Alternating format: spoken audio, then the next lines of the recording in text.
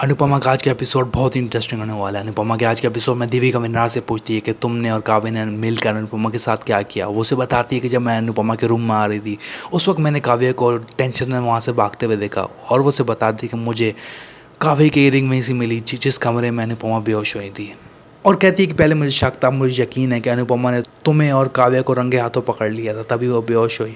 विनाश उस पर चिल्लाता है और कहता है कि क्या बकवास कर रही हो, जिस पर दीपिका कहती है बकवास तो तुम कर रही हो, और कहती है कि अनुपमा को मैंने पहले ही बताया था कि तुम्हारे और काव्य के दरमियान कुछ चल रहा है, लेकिन अनुपमा ने मेरी बात नहीं मानी क्योंकि उसे अपने पति पर कुछ ज्यादा ही भरोसा था। और कहती है एक धोखेबाज पति कभी नहीं बदल सकता, और कहती है कि मैं तुम्हारे और काव्य के अफेयर के बारे में सारे घर वालों को बता दूंगी। मैं तुम्हें अनुपमा अभी स्वीटी की गोद में सर रख लेटी हुई होती है। परितोष और समर स्वीटी से कहते हैं स्वीटी अब तुम थक गई होगी, थोड़ा सा रेस्ट कर दो। उस पर स्वीटी कहती है कि जब तक माँ कुछ नहीं बोलेगी मैं नहीं उठूंगी। समर कहता है कि माँ कब बोलेगी। दूसरे काव्य के हाउस में काव्य रो रही होती है और निधि उससे कहती है कि अब रोने का क्या फायदा, आपने ऐसा किया ही क्यों, आप ऐसे काम करती ही क्यों है। इतने में काव्य कहती है कि उम्मीद है अन्नू ठीक होगी। इतने में देविका वहाँ कहती है कि क्या तुम जानना चाहती हो कि अनुपमा अभी तक जिंदा है। वो उस पर गुस्सा करती है और कहती है कि तुम मुझे अभी बताओ कि तुमने और मिन्नाज ने अनुपमा के साथ क्या किया। देविका काव्य पर बहुत गुस्सा करती है और उससे गुस्से में पूछती है, लेकिन काव्य रोने लग जाती है, उसकी बात का जवाब नहीं देती। देविका बार बार पूछ के थक हो जाती है और वो इमोशनल हो जाती है और कहती है कि तुमने मेरी दोस्त के साथ क्या किया। देविका काव्य के सामने हाथ जोड़ती है और कहती है कि मैं तुम्हारे आगे हाथ जोड़ती हूँ, मुझे बता दो कि अनुपमा के साथ तुमने क्या किया।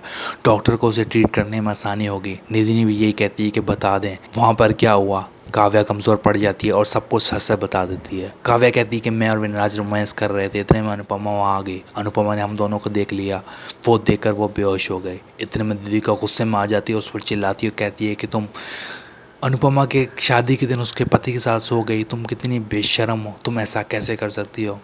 और कहती है कि अगर अनुपमा के साथ कुछ हुआ मैं तुम्हें छोड़ूंगी नहीं। देविका काव्य का हाथ पकड़ती है और कहती है अभी चलो सारे घर वालों को सारी सच्चाई बताओ। काव्य रोने लग जाती है, जिस पर देविका उसे वहीं छोड़कर चली जाती है। निधिनी काव्य से कहती है कि मैं पहले आप जैसा बनना चाहती थी, अब मैं बहुत खुश हूँ कि मैं कभी भी आप जैसी नहीं बनी। दूसरी तरफ देविका अनुपमा के घर वापस पहुंच जाती है। फैमिली अनुपमा की हालत देखकर बहुत परेशान होती है। बाबूजी और समर अनुपमा की हालत देखकर रो रहे होते हैं। परितोष डॉक्टर को कॉल करता है। डॉक्टर को अनुपमा की कंडीशन के बारे में बताता है कि वो अभी तक वैसी ही है, जिस पर डॉक्टर कहता है कि अनुपमा की हालत कल तक ऐसी रही तो हम इन्हें हॉस्पिटल में एडमिट कर लेंगे। जिस पर बाबूजी कहते हैं कि डॉक्टर अनुपमा को घर पर ट्रीट नहीं कर सकते, जिस पर परितोष कहता है कि उन्हें बीमारी के बारे में पता चलेगा तभी तो वो ट्रीट कर पाएंगे। इतने में बाबूजी बहुत टेंशन में आ जाते हैं और उनकी तबीयत खराब हो जाती है। इतने में सारे घर वाले भाग के उनके लिए दवाइयाँ लेकर आते हैं, लेकिन किसी को नहीं पता होता कि बाबूजी को कौन सी दवाई देनी है। माँ कहती है कि इसके बारे में सिर्फ बहू को पता है। इतने बाबूजी इशारा करते हैं कि उनको कौन सी दवाई देनी है। दवाई खाने के बाद बाबूजी की तबीयत थोड़ी सी ठीक हो जाती है। इतने में विनराज को काव्य कॉल आती है। वो अपने रूम में जाता है उससे बात करने के लिए और काव्य उससे पूछती है कि अनुपमा की कंडीशन कैसी है, जिस पर विनराज भरोसा करता है और कहता है कि अगर तुम मेरे कमरे में ना आते तो ये सब कुछ ना होता।